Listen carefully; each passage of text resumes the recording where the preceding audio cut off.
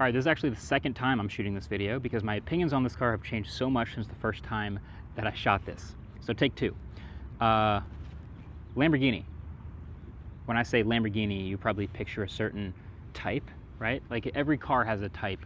There's the Ferrari type. There's the Corvette has a type, right? Obviously. Lamborghini is a type. And I've never really thought of myself as a Lamborghini type. Ever, actually. I mean, I've driven their cars, clearly. You guys know about them. But I don't know, I've never really thought that I would be interested in owning a Lamborghini. But I've gotten to test the Temerario for the past couple days, their newest hybrid, and it's crazy. Lamborghini only makes hybrids now. They have gotten to get really focused on hybrids, and it turns out they've gotten really good at it. And this Temerario, this thing right here, is their newest and latest, and I would say greatest. And I like a lot of things about it. There's still some things that I really don't like, so I'll show you that too. But damn, this thing's good. So here it is. You could consider it the Huracan replacement, and the Huracan is legendary, obviously, so they don't want to get rid of any of the aesthetics and the things that made the Huracan so successful, but they also obviously have a lot new going on here. So the basics are, this is a mid-engine supercar. It is all-wheel drive, and that comes from a 4-liter twin-turbo V8 in the back, and then 2 electric motors at the front, plus another one in the gearbox. Altogether, they make combined, I think the number is around 900 horsepower. So it can do 0 to 60 in the 2s, and obviously a 10-ish quarter mile. And also, this car costs $500,000. I think it starts a bit below that. This one's fully loaded, but $500,000 car. So for that price, of course, there are a lot of things to really like about the Temerario. I'll speed through some of my favorite things. Starting at the front, aesthetically, these headlights are a kind of a signature of this car now. You can see how they kind of have this hood above them from the top. Because the car is so low, you hardly ever actually see the taillight, but it's down in there and it looks really mean and aggressive from the front. And that's also the DRL and the blinker, the radiators, the whole thing. It looks great from the front. Aesthetically, I love it. It's got this red pinstriping on the front of this carbon fiber diffuser, and there is a lot of carbon optioned on this car. You look at the side, it's a pretty familiar silhouette. You got the red pinstriping here, red pinstriping down here on the side. It says Temerario over here. Big air vents functional on the side, and the hidden door handle right underneath there. More functional aero up here, more functional aero in here. The engine back here, we'll get to that in a second. It's a brand new engine that revs to 10,000 RPM. But then the back, damn. I think this is the best back of a car they've ever made. As that might be a crazy take, but I think this is an incredible looking back of a car. Like, this is the view you'll normally have right about here, right? If you're behind it. And it's really quick, so you'll probably spend a lot of time behind it.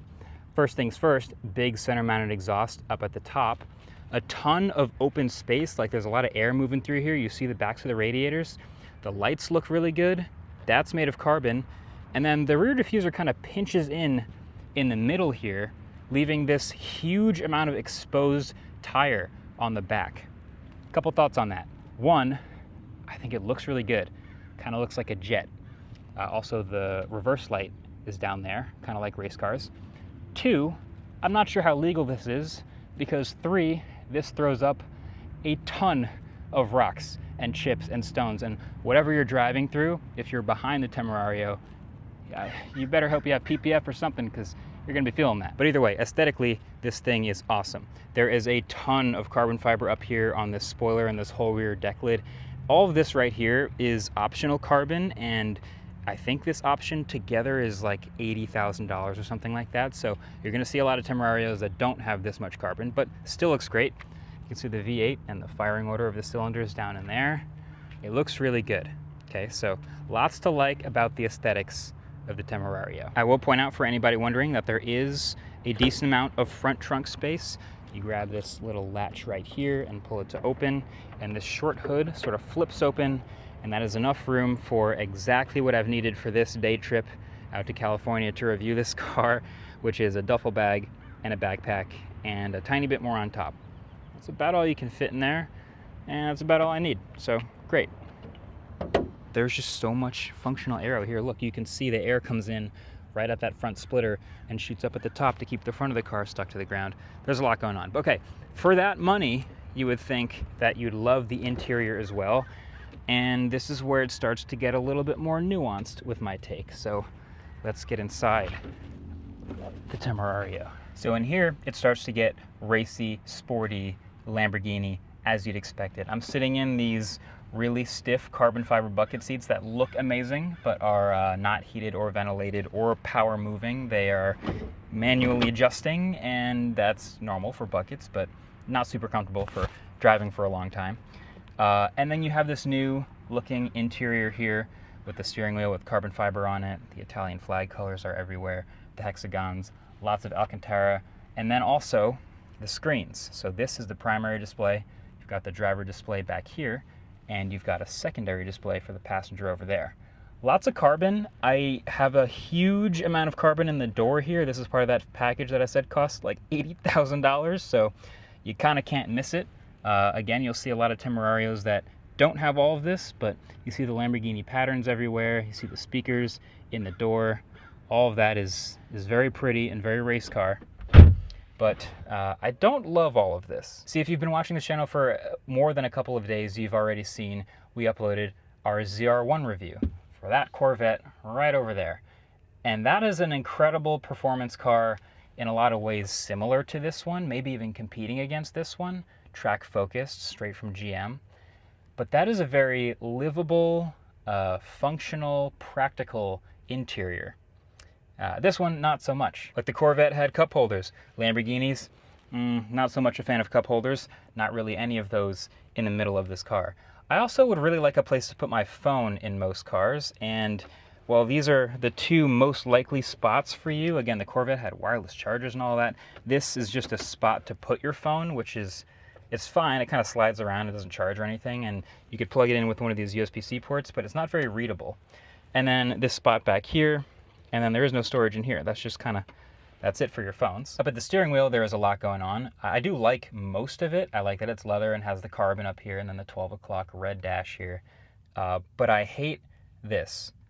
I hate this. These are the blinkers on the steering wheel. And I never really love blinkers on the steering wheel. You can get used to it if you have the left one on the left side and the right one on the right side somewhere, but they put them both on the left side, and you like tap it to blink 3 times or hold it to put the blinker on and then hit off. I hate this. This is my least favorite blinkers probably in any car, which is a shame. But, you know, a lot of this is just me nitpicking. Like I said, I'm not the Lamborghini type. You don't have to appease me. There's lots of people who buy the Corvette who want it to be more practical. This is a much more raw, aggressive version of that car. So Miles is going to talk about driving it in a second, but let me talk you through a little bit of the tech that makes this such an interesting hybrid. So, foot on the brake, Lamborghini, push to start. So first thing you notice is it starts up fully electric and silent in EV mode.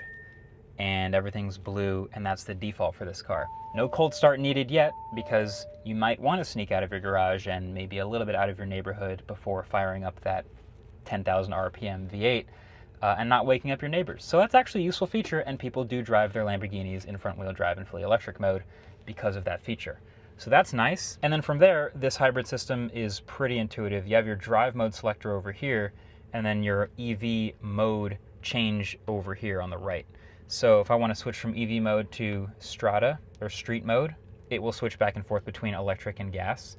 And then on the right, you can switch between hybrid and recharge. So it has enough battery, like I said, to drive on fully electric, but you can either choose to plug it in or recharge it with the engine. So you might never have to plug it in. Just switch it to recharge mode. You'll hear that engine actually fire up, and now you'll be able to recharge the battery with the engine. So ideally, you never actually have to plug this car in. Just treat it like a gas car. It's a hybrid, and that's great.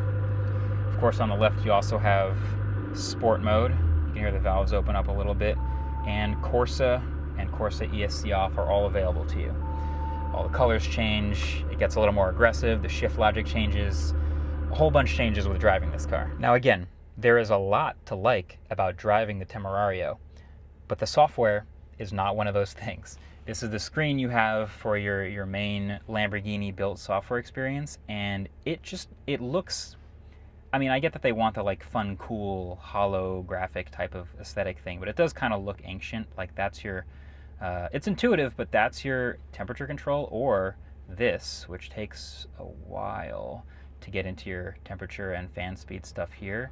So that's kind of silly. You can do your custom control shortcuts over here on the right, or you can use these built-in settings, which are these. I don't know. This is the type of thing I will instantly put wireless Android Auto or Apple CarPlay over the top of and never think about it again, because again, there's no place to put my phone and see it well. This is a car that like forces you to use Android Auto or Apple CarPlay. But you know, maybe this is a car that you never even really think about any of that stuff because you're too focused on the driving experience, which is batshit insane. This is, okay, in the lineup, you can think of this as like the little brother to the Revuelto, which is their big NAV12 hybrid. So, you know, Ferrari had the SF90 and the 296. This would be more of a comp to the 296. And I like a lot of what it does in that category of being smaller and more nimble. First of all, it's ridiculously quick in a straight line. In any sort of driving situations, it's unbelievably quick. Revving it to 10,000 is something that you'll hear Miles talk about in a minute, but it just never gets old. I get it. And I mean, I was obviously driving it in the canyons and a lot of the footage that you'll see, but we were driving it at night. It turns out it shoots flames, like 4-foot flames from the factory. This is a normal exhaust. People are going to straight pipe this thing and it's going to do crazier stuff. But this is a very rowdy, raw version of a hybrid. Like, you don't see hybrids that have this rowdy, raw experience like this very often. I would say the 296 is much more refined if it wants to be. This doesn't have a refined chill mode. So anyway, this is a lot of car. I've come to really understand it much more now that I've spent more time with it and actually driven it. But for those driving details and for those dynamics notes, take it away, Miles.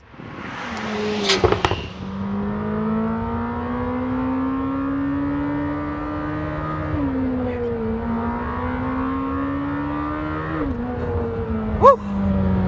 There is so much going on in this car. So, I mean, where do we begin? We've got a twin turbo V8 that revs to 10,000 RPM, and this is a hot V, which means the turbos are supposed to sit inside the valley of the engine, but the turbos are so big that they won't fit, so they just have to sit on top of the valley. And the turbos have electronically controlled wastegates, so lag isn't really a big concern here. Oh my god, there's an axial flux motor in the transmission. It's a transverse 8-speed dual clutch, similar to what you have in the Lamborghini Revuelto. It's a flat plane crankshaft that's using a very similar copper alloy to what you've got in Ducati Superbikes. This is easily one of the most complex, interesting engines that's ever been put in a modern supercar from an engineering standpoint. And what that results in is what you're hearing. It really does just seem like a big V8 superbike with massive turbos and a hybrid system shoved inside of a mid-engine platform. And who's to say if a setup like this is going to be reliable in the long term? I couldn't tell you, but what I can tell you is that this is an incredibly fun car to drive. Because of the way they've set up the gearing for this car, the 10,000 RPM in combination with the gearing allows you to really just work your way through the gears. That was like 6,000 RPM, I think. It really allows you to kind of enjoy the process of reaching that red line, kind of like chewing your favorite meal very slowly. It's a nice experience and really allows you to feel like you're getting something out of the experience. In the hybrid system, you've got a small battery giving you like 4-ish miles of electric-only range. It's really just to be able to leave your garage in the morning without upsetting your neighbors, if you have any. But from a dynamics perspective, it really does give this car an instantaneous shove. Lamborghini's biggest task with this car was trying to come up with a way to have a new engine that not only pleases those who were fans of the naturally aspirated V10 and the Huracan, but also take things a step further, make this car even more thrilling, more engaging, more Lamborghini as far as the experience. And I truly do think that this car doesn't need the hybrid system, but I'm not mad that it's here as well. But it has also made this car incredibly heavy. I think this car might be just within 100 or 150 pounds of the Lamborghini Revuelto, which is so much larger, has a massive naturally aspirated V12. Yet this car almost weighs the same. But to be honest, you don't really feel the mass the same way you do in the Lamborghini Revuelto. This truly does feel nimble in the corners. It's easy to control, it's easy to drive. It is a little twitchy, and a part of that is due to the steering feel, which I'll talk about in a second, but it is genuinely confidence inspiring. It doesn't feel like it's held back by the weight, because I mean, 4,200 pounds with 900 horsepower, I think that's a nice ratio, I think. But the steering feel, it's probably my least favorite thing about this car, for sure. It is feather light. It truly is just so light, and when just like accelerating in a straight line, sometimes you feel the steering wheel kind of get a little twitchy and lighten up in a way that I don't really like. I'm not sure if Lamborghini did that on purpose to kind of give this car a sense of like edge, but I would have really loved for this car to have a bit heavier steering feel. This transmission, 8-speed transverse, dual clutch with an axial flux motor. Unlike the McLaren Artura, which also features an axial flux motor in the gearbox, this one actually has a mechanical reverse gear, so you don't have to rely on electric power to go into reverse, which is good. They've got that signature Lamborghini transmission responsiveness programmed in. On every shift in Corsa mode, the chassis snaps. It's violent, but it's also not laggy. You're not experiencing those cuts in power like you do in like a Lamborghini Aventador SVJ.